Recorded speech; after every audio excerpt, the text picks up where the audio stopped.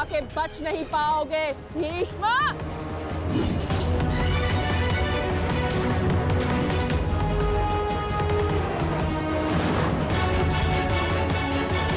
ब्रह्माया अस्त्र ये प्रतिद्वंद्वी के सबसे बड़े शत्रु का भय उसके समक्ष उत्पन्न कर देता है।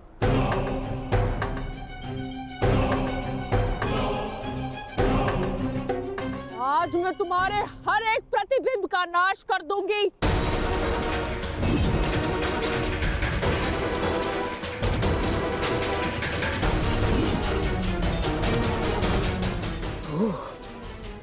तो वो कथा सत्य थी जो अंबा गंगा पुत्र के संहार के लिए पुनर्जन्म लेगी।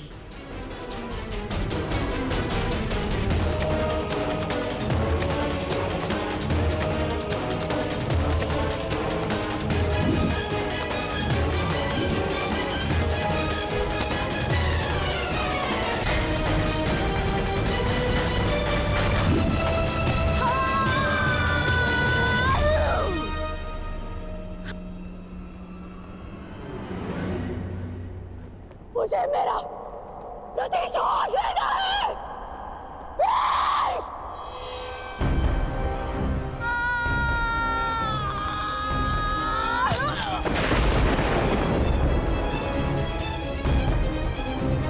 अब समय आ गया है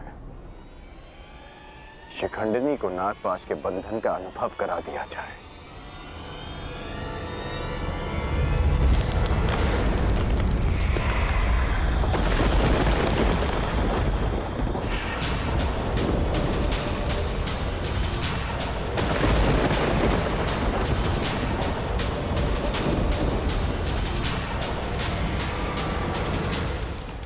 अंगराज, ये कैसा विघ्न है अंगराज? और अचानक ये जलवायु परिवर्तन कैसा?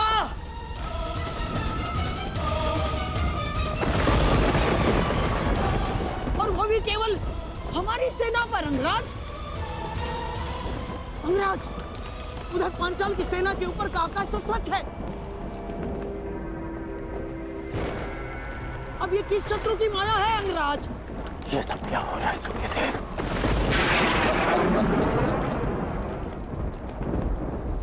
ये सूर्यदेव नहीं मूर्खकण, ये मैं तुम्हारा परम शत्रु देवराजेंद्र।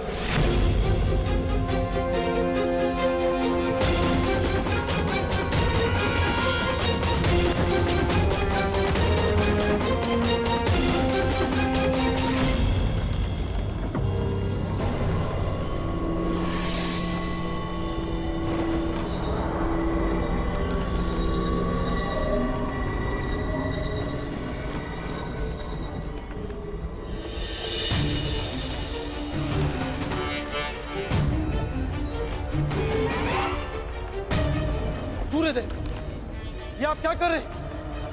अब क्यों मेरे मार्ग में आ रहे हैं? देवताओं के राजा होने का यह अर्थ नहीं है कि आप ही को अपनी शक्तियों का प्रयोग करने का अधिकार है।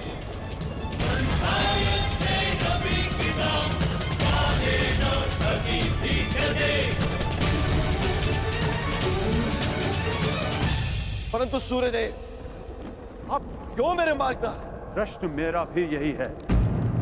हस्तिनापुर की सेना पर आप अपना क्रोध क्यों जता रहे हैं? सूर्यदेव, मैं तो केवल अपने पुत्र के मार्ग में आई अड़चन को हटा रहा हूं। और मैं भी अपने पुत्र की सहायता करने का प्रयत्न कर रहा हूं। आपका पुत्र? ये सूत पुत्र नहीं, सूर्यपुत्र कर्ण। माना आप देवताओं के राजा हैं, परंतु आप भी त्रिदेव द्वारा ही संचालित होते हैं। यदि आप अपने अधिकारों और शक्तियों का दुरुपयोग करेंगे तो मुझे भी अपनी शक्तियों का प्रयोग करने का अधिकार है।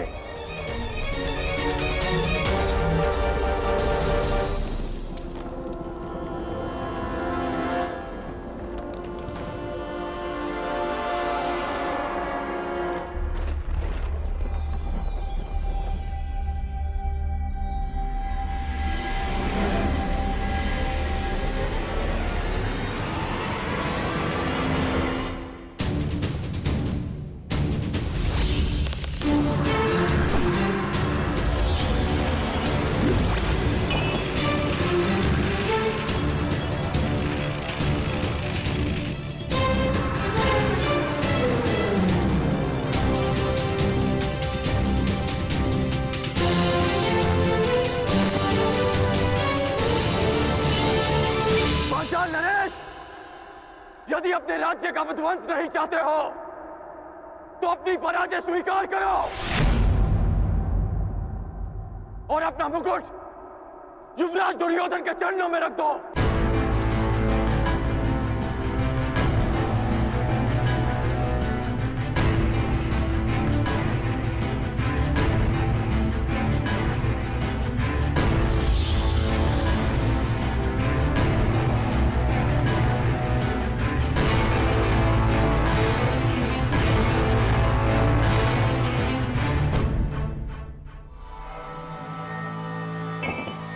मामाश्री, आज इस विजय से मेरी उस पराजय के अपमान का दंश मेरे हृदय से निकल गया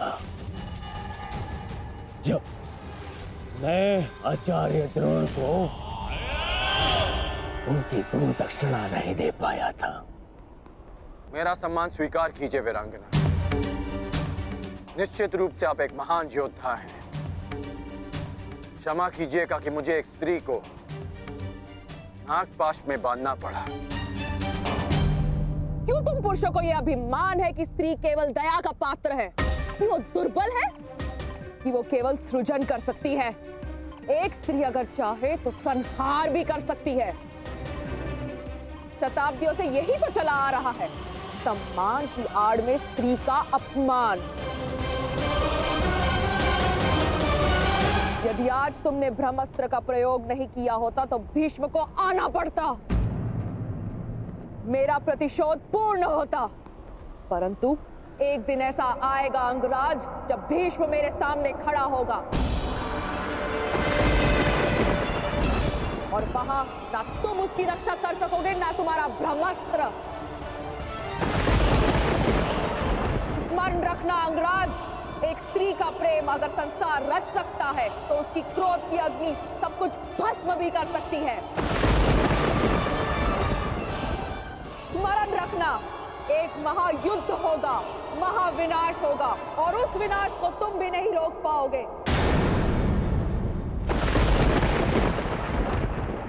जहां तुम भी अपने घुटनों पर बैठकर अंतिम सांस लोगे।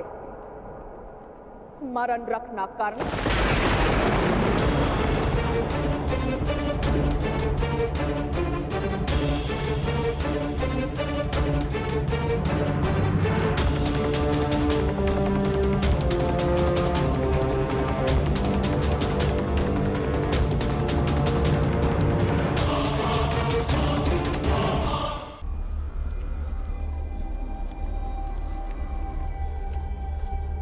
बड़ा भयंकर युद्ध था अंगराज।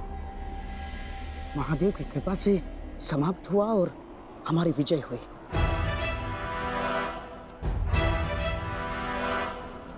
अभी कई युद्ध शेष हैं और कई विजय प्राप्त करनी है गांधार नरेश। हाँ। मैं इस दिग्विजय यात्रा को अंत तक अवश्य पहुंचाऊंगा।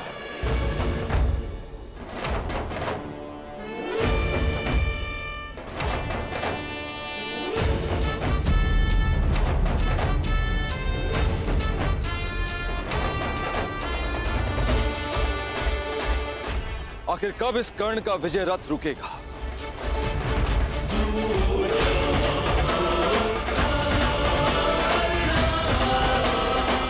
अब तो मैं खुलकर कुछ कर भी नहीं सकता, कोई प्रहार नहीं कर सकता, क्योंकि तुरंत सूर्यदेव इसके समर्थन में आ जाएंगे। सूर्यपुत्र कर्ण,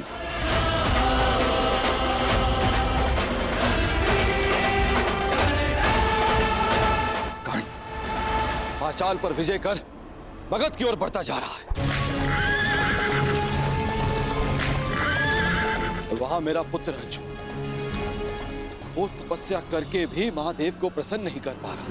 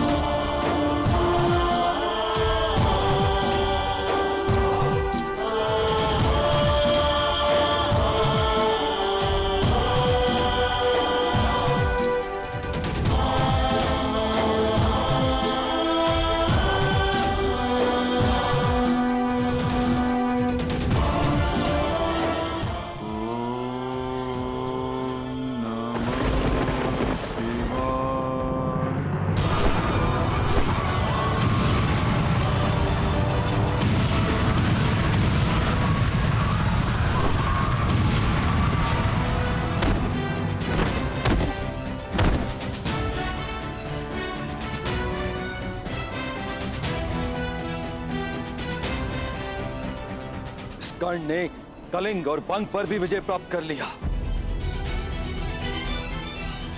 अधिक से अधिक शक्तिशाली होता जा रहा है कर्ण।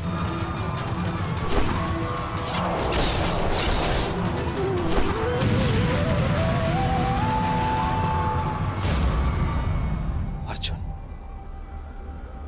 सब पर शीघ्र प्रसन्न होने वाले महादेव ना जाने कब मेरे पुत्र अर्जुन पर कृपा करेंगे।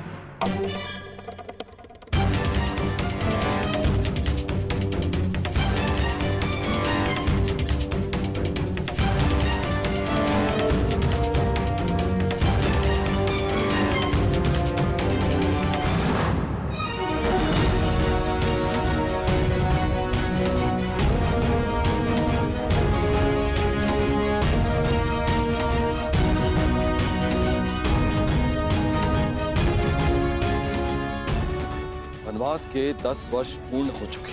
ये कर्ण अब तक अपराजित है, दिग्विजयी बनने की सीमा पर खड़ा है। क्या करूं मैं और कैसे अपने पुत्र अर्जुन को इस कर्ण से अधिक शक्तिशाली बनाऊं? कैसे?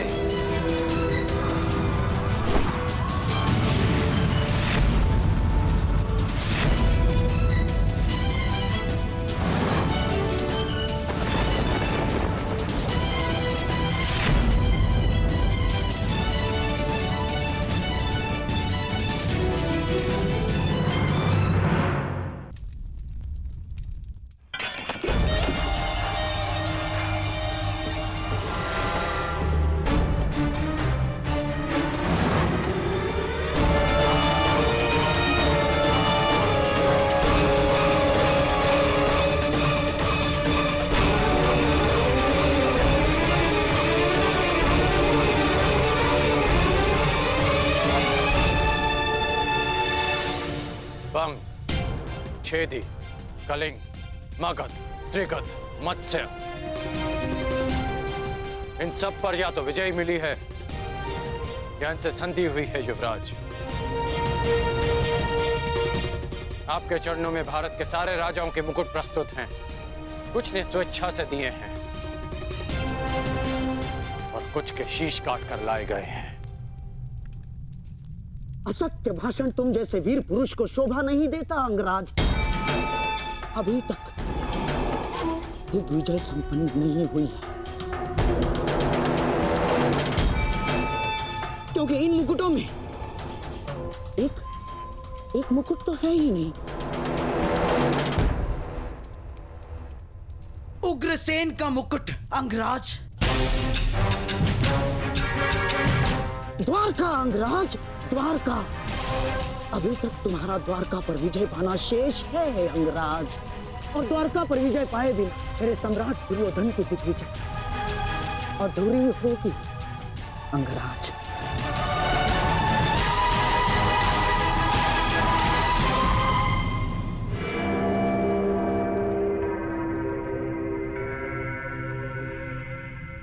द्वारका से युद्ध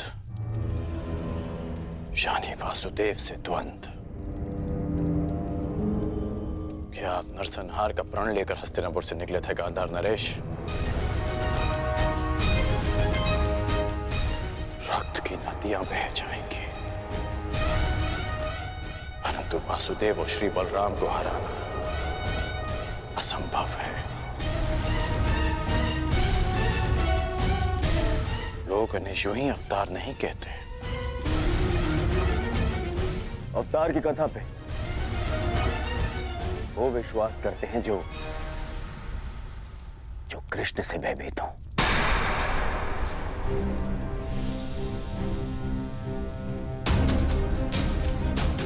तुमने ही कहा था ना मित्र कि भावी युद्ध के लिए शक्तिशाली राजाओं को अपने समर्थन में लेना आवश्यक होगा। बिना द्वारका के ये कैसे संभव होगा मित्र? तुमने मेरे लिए दिग्विजय का वचन दिया है, क्या उसे पूर्ण नहीं करोगे मित्र? द्वारका का साथ अवश्य मिलेगा युवराज। शक्तिशाली को मित्र संधि से बनाया जाता है, युद्ध से नहीं। हमें वासुदेव और श्री बलराम से संधि करनी होगी।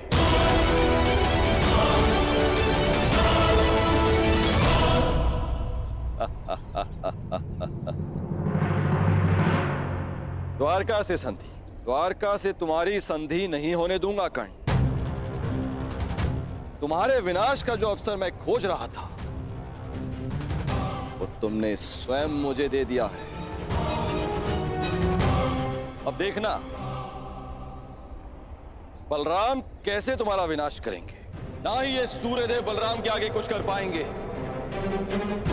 और ना ही गोवर्धन उठाकर मुझे नीचा दिखाने वाला वो वासुदेव कृष्ण।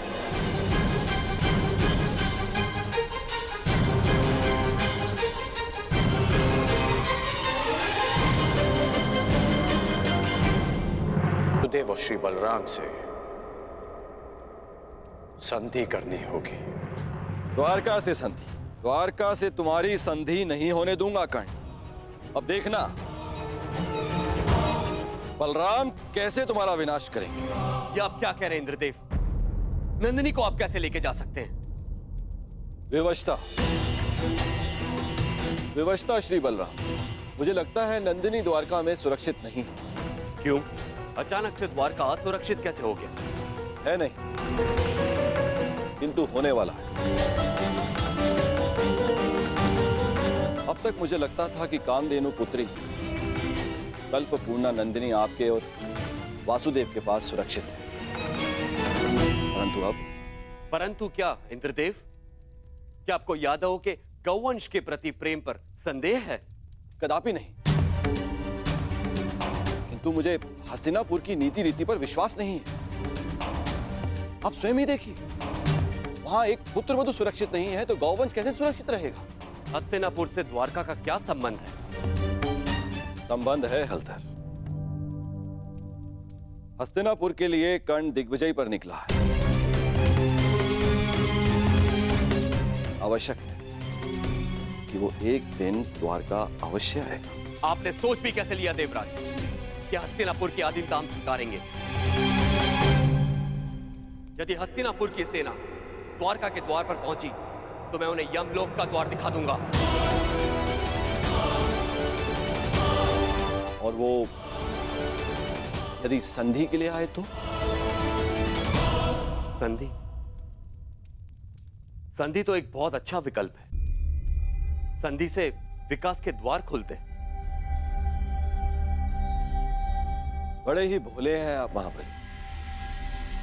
आप उस हस्तिनापुर से संधि करेंगे जहां पुत्रवधू के वस्त्र हरण किए गए। आप उस हस्तिनापुर से संधि करेंगे जहां आपके फुफेरे भाइयों को द्यूत में छल कपट से हराया गया। याद रहे, कर्ण भी उनके साथ है। एक सूत पुत्र से संधि करेंगे आप। द्वारका में वर्ण भेद नहीं है इंद्रदेव। किंतु कर्मों का क्या? उस कर्ण ने छल कपट करके अपने गुरु से विद्या प्राप्त करी। खुले दरबार में द्रौपदी का अपमान होते देखा। आपके बहनोई अर्जुन के प्राणों का प्यासा है वो, कोई योद्धा नहीं है वो, एक छलिया है। और आप चले हैं उनसे संधि कर।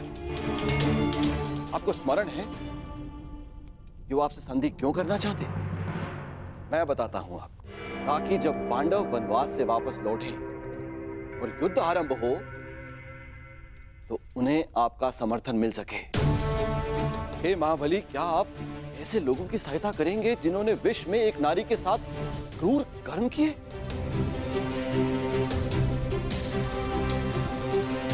तो और क्या विकल्प हो सकता है इंद्रदेव? यदि कोई मित्रता का हाथ बढ़ाने के लिए आपके घर तक आए तो आप उसे कैसे ठुकरा सकते हैं? यदि मित्रता का अवसर ही ना दिया जाए तो? कैसे?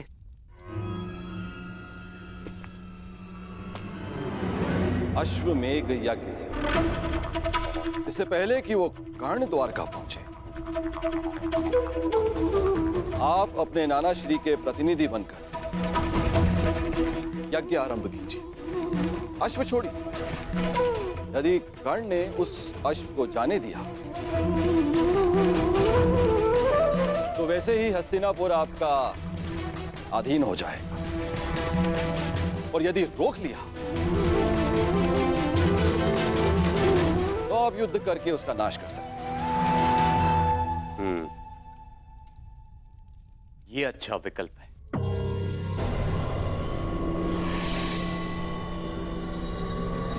यदि ऐसा है तो मैं नंदिनी को आपके सानिध्य और आपकी सुरक्षा में छोड़ने के लिए तैयार हूं।